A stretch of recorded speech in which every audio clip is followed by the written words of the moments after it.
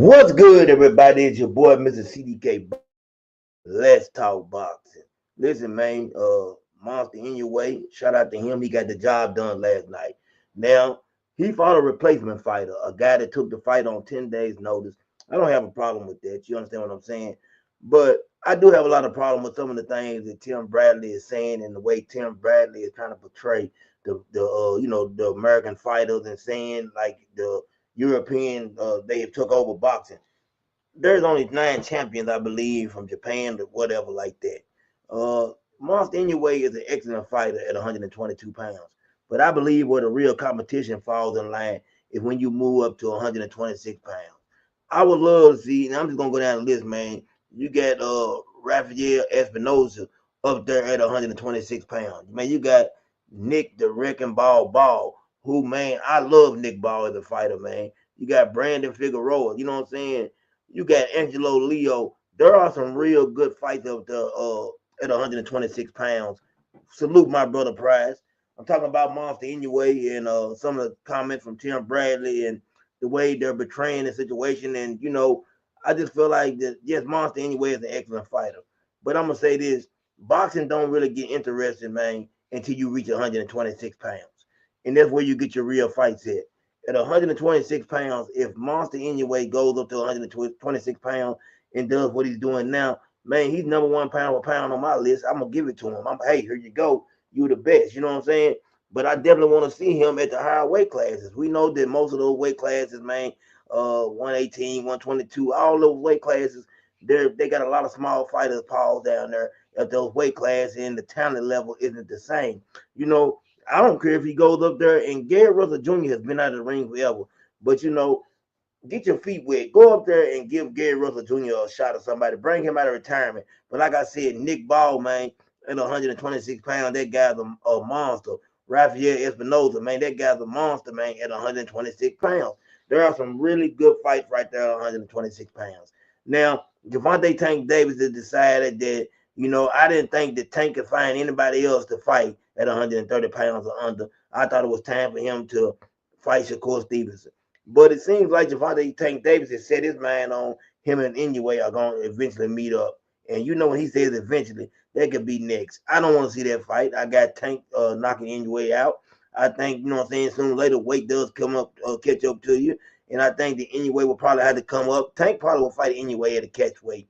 There will be one time that you might see Tank come down to 132, 133 pounds, something like that, and take Monster Inoue on at a catch weight.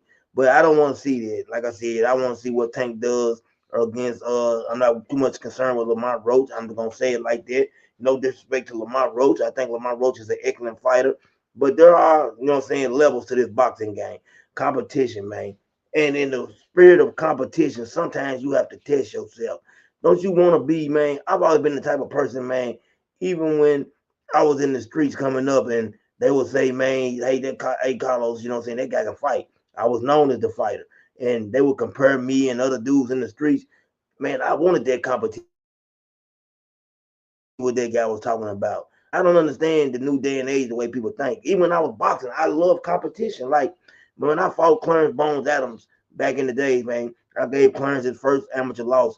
That dude, man, was a truth in boxing. I mean, nobody wanted to face him, but I wanted that fight. And I remember my uncle telling me, man, hey, you gonna handle business, man. You better than him. And Clarence Bones Adams, shout out to Clarence Bones Adams, man. He was a world champion, you know what I'm saying?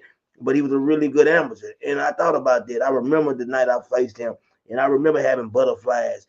But, man, ain't nothing like having butterflies and getting the opportunity to get in there and test yourself against the best.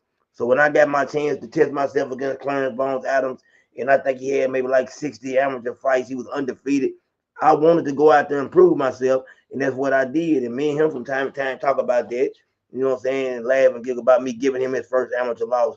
But, like, now it seems like the spirit of competition isn't there anymore in boxing.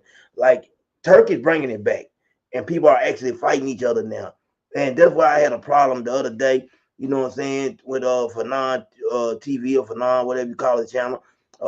Shout out to him. It's no disrespect, but I keep it real. I speak on it. He put out a statement because I'm trying to tell y'all something, man, and this is true. And I want y'all to pay attention to this. A lot of these bigger channels, they're getting paid by either the promotional company or the fighter. And I'm gonna tell you why. You look at the card that Turkey Out of Sheik is putting out this next card, man. It's probably the best card we've ever seen. Fanon came out and said, well, if you Tank don't want to go over there because if you want some easy money, you can go get on the card and fight somebody, you know what I'm saying, that's not relevant or whatever. That's crazy and don't make no sense. It don't make no sense. But that's what he said, and I gave him a 10-page letter, you know what I'm saying, on this page telling him, man, come on. I know you're being paid by Tank. I know you're being paid by PBC or Al Hammond, but you got to stop the cap. And the reason Tank don't want to go over there is because at the end of the day, Tank don't want to be held accountable, meaning that I'm going to have to get in there with a Shakur Stevenson when I feel like that there might be a chance. See, everybody worrying about that O still. I keep telling y'all, Turkey is letting you know, don't worry about your O. Man, I'm going to pay you and I'm going to give you another chance to redeem yourself. If you're getting a chance to redeem yourself, what does the O mean in boxing? It shouldn't mean anything anymore. All the greats, my favorite fighters, had losses. You understand what I'm saying? I'm a Floyd Mayweather fan, but I take Sugar Ray Leonard, Thomas Hearns, Marvelous Hagley any day of the week. You know what I'm saying? Those were my guys, and I believe in this day and age, if you take one of those fighters and put him in this time frame, man, Thomas Hearns at 147 pounds, he goes undefeated. Man, Sugar Ray Leonard goes undefeated. It's just simple as that. Now we know for a fact that Bud Crawford and Canelo Alvarez are fighting September the 13th. It's a signed, sealed situation now. They have signed the contract, from what I heard from all reports. And Bud and Canelo gonna get the opportunity to dance. But I keep telling people, man, stop trying to compare people. Please stop trying to compare what you've seen against Floyd Mayweather. You know what I'm saying? To now, you're talking about a 23-year-old kid to a grown man now, 35-year-old grown man. Canelo Alvarez is not the same fighter that he was back then. He's learned so much. He's seen all the styles. He's seen the European style. He's seen the slick black boxing style. You know what I'm saying? What has he not seen? What has Canelo Alvarez not seen? What can you bring to the table to offset what Canelo Alvarez does? The only thing that beats Canelo is a bigger boxer, you know what I'm saying, with skill like Dimitri Bivol. You know what I'm saying? That's why we got what we got. He was able to outbox Canelo, and he had the size to stand it up and take what Canelo was throwing. You're not beating Canelo Alvarez if you can't stand up to those shots. And you know he gonna punch you in the arm. He gonna punch you in the legs. Canelo, man, punching everywhere he can punch, man. He's trying to wear you down. He's trying to take you out. But hey, shout out to Bud, man, for getting that fight, for signing the contract. That's a fight that people want, and Bud deserves it. And everybody should get the opportunities, man, when you put in the work to get that type of payday. Now we seen this fight. We got a big fight coming up this weekend. I'm gonna say it is because we got, man, your boy, man, Stephen Nelson. I think it's Stephen. I always say his name wrong. I don't want to get it wrong. Nelson, man. He's fighting this weekend against Diego Pacheco. Listen, that young man's an excellent fighter. But we know Stephen Nelson, man. This is he's 36 years old. So that means it's now never for him. It's now never for him. He got to take care of business. And if he doesn't win in the fight, man, the next thing for him is retirement. So he's been waiting on this type of opportunity. He got the opportunity, you know what I'm saying? And we're going to see what he does. I've seen a few Diego fights. I think the young man has an excellent, excellent jab. He moves well. Tall kid for that weight class, 168 pounds. But I think at the same time, I don't know how this fight goes. I am rooting for, you know what I'm saying, for Mr. Nelson to get the win. I'm definitely rooting for that. But man, I'm just looking at this guy, man. At his attributes, man. Diego Pacheco. He's 22-0, 18 KOs, and I'm looking, man. The young man is 6'4", I believe. 6'4". Man, super middleweight, 6'4". Oh man, 79-inch arm reach. You think about that, man. 79-inch arm reach. Yeah, Steven Nelson, man, is gonna have his hands full. You know what I'm saying? Steven Nelson gonna have his hands full, and that's all I can say. But I think it's gonna be one of them fights. It's gonna be the sleeper fight of the night type of fight. That's what we're gonna get. You know what I'm saying? We're gonna get that type of fight. When you look at Steven Nelson over here, he ain't no slouch, man. This man got 20 wins. You know what I'm saying? No losses, and 16 of them coming by way of knockout. So you thinking about this guy right here, man. 5'10", 75-inch arm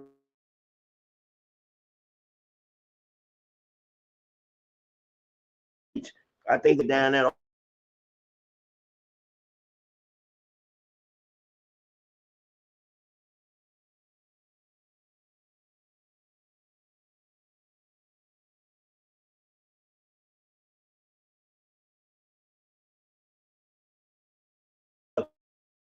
camera is going in and out. Okay, it's back now. I apologize for that. Like I said, Steven Nelson is getting this opportunity, man, and this is an opportunity of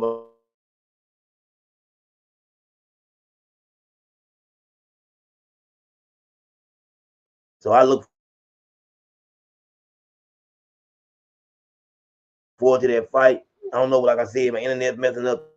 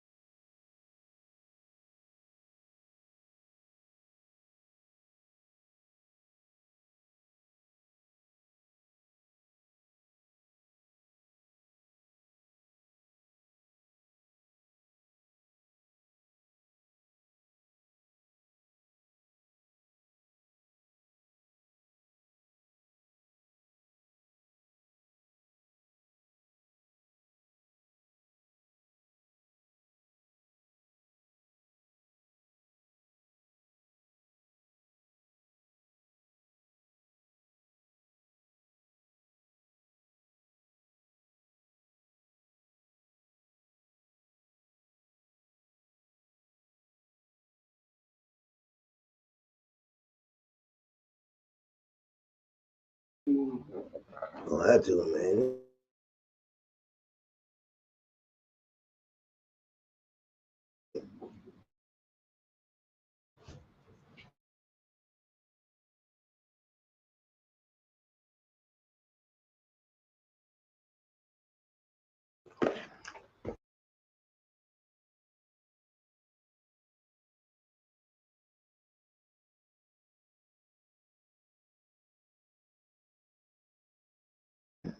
I got enough one car. I else like a one is oil or not. I think it could be look like it might be antifreeze, but whatever it is, uh, I'm not just get it fixed. I really go get something new. That's how I look at it. If I'm gonna get something, I really get it new. I always do that. When the car start acting up, you get one problem and turn it to another. I wanted to wait till it come back on, y'all, but this CDK boxing, I'm out.